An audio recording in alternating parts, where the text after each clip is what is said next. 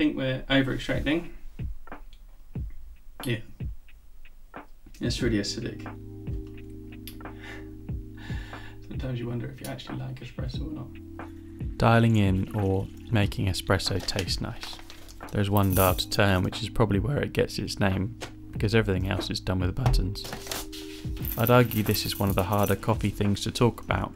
First you have tasting stuff, and so often that triggers my thoughts to think about someone describing a glass of wine like it is some obscure object, or a coffee to a fruit I've never heard of.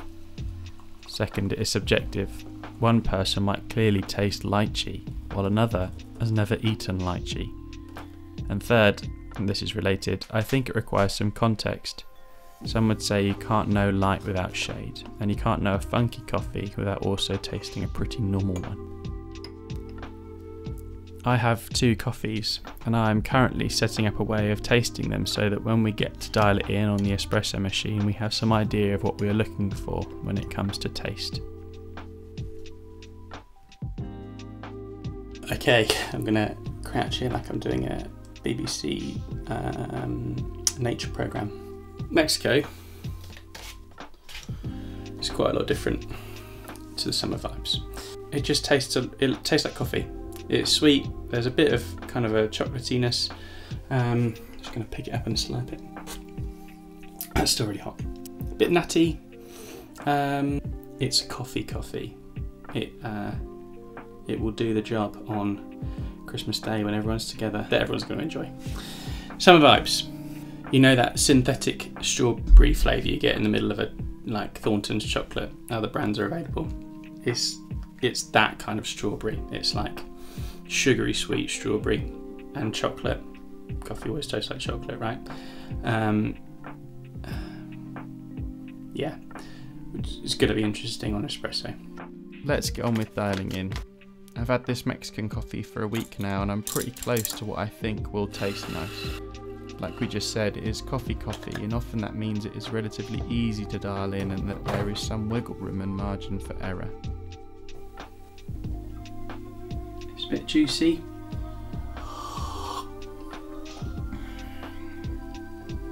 It's not too acidic. There's a bit of body.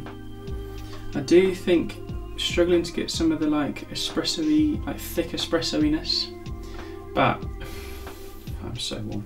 But I don't think it's far off. So this is obviously, I've been playing with this for a little while. And knowing how much coffee I'm about to drink, I'm inclined to say that I'm pretty happy with it. And I was slightly hoping that this would be one and done.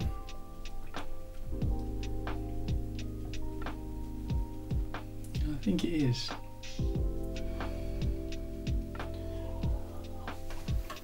I mean, I drank it pretty happily. Okay, so summer vibes. This is a label that coffee uses in the summer.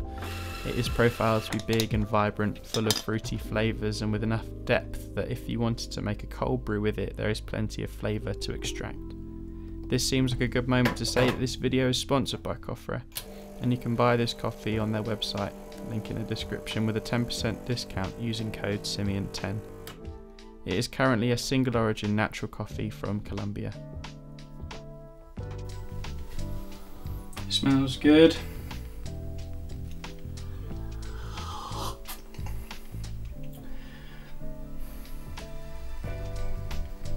I think we're over extracting. Yeah.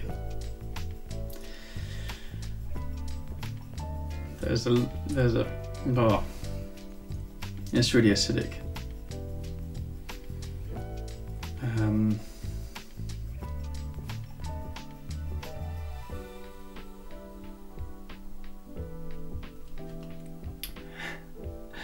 Sometimes you wonder if you actually like espresso or not. Right. Yeah, this is why we only did Mexican once, because this is big and complex. And I'm not enjoying it.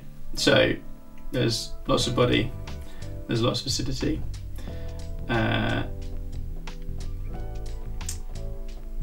So I need to level it out.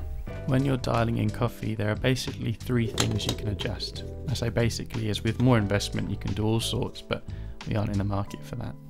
The first adjustment is how much coffee you put in the portafilter, the basket in the handle that you screw into the machine. Someone once taught me to make 3 espressos each with 1 small change, and then you can taste the coffees side by side and use that context we talk about to find what is best. Here I'm making 3 coffees, changing nothing but the input amount of coffee. 18.5 grams, 19 grams, which is what we originally did, and 19.5 grams. 18.5 first.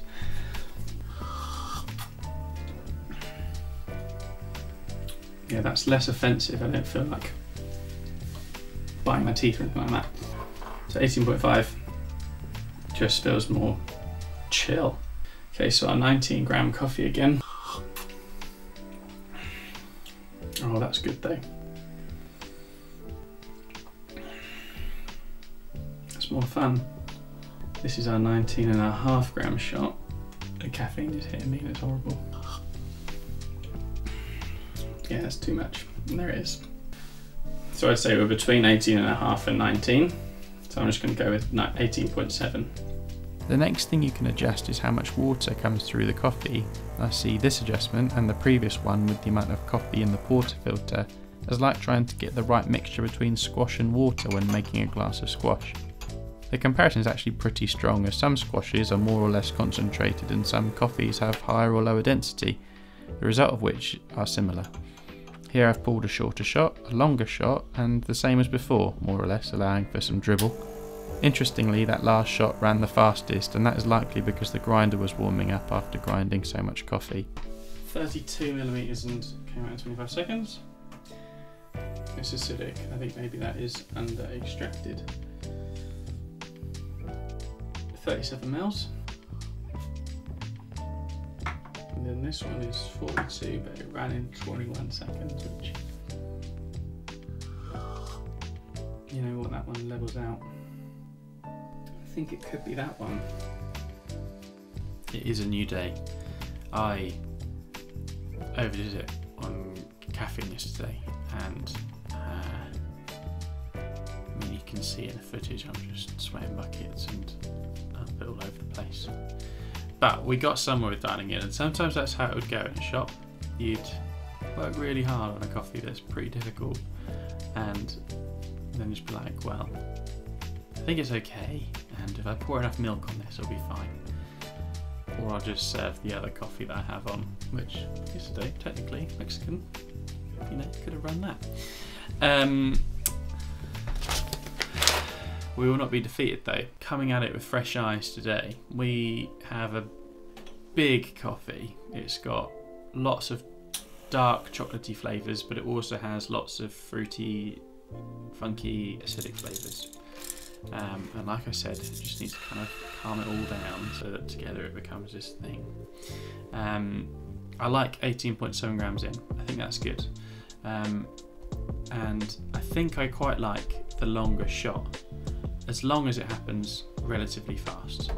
And that's the final thing that we can adjust, is time, how long it all spends together. And yesterday in my caffeine-induced state, I did come up with quite a fun little metaphor.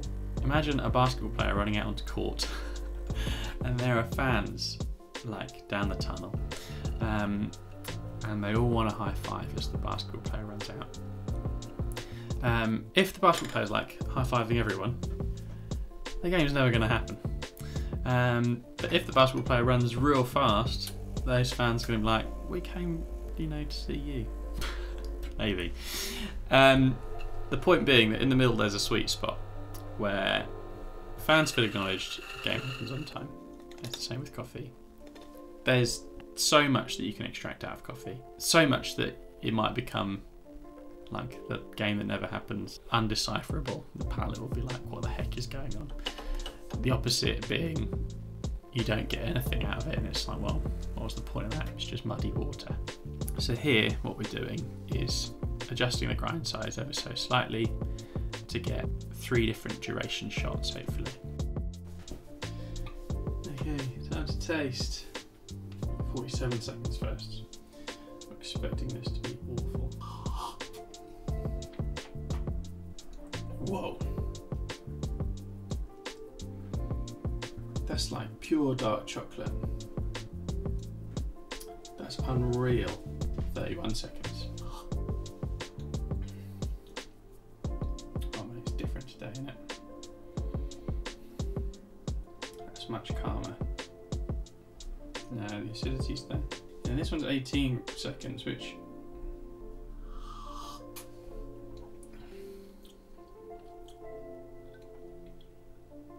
yeah, that just tastes a bit thin.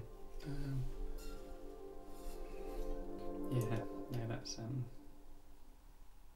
cloudy and acidic. So everything we said a minute ago has been proven wrong. Now then,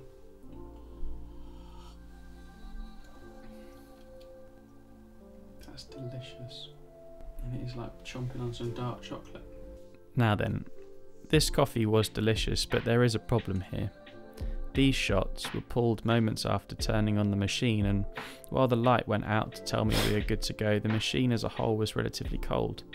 What that likely means is, compared to what I was working with the day before, which was a hot machine with the grinder too warm from working hard, we now have colder components and therefore colder water. When you dissolve sugar in water, the warmer the water, the quicker it happens. The same is true for extracting coffee. The warmer the water, the more is extracted. So in a way, my hunch on a faster shot was right. Even though this shot pulled super slowly, it was with colder water. I decided it was therefore right to let things warm up and go for the shot I suspected to be the one. 18.7 grams in, 42 millilitres out in 24 seconds. It is a big flavour that cuts wonderfully with milk, and I'd say we're dialed in. The video is already long now, and I plan next week's video to be a bit of a review of all this, how these things work, what I have spent. Here's a little sneak preview. Dialing in complex coffees like this on a machine at home is very tricky, with so many variables like even how hot the machine is when you come to make your coffee.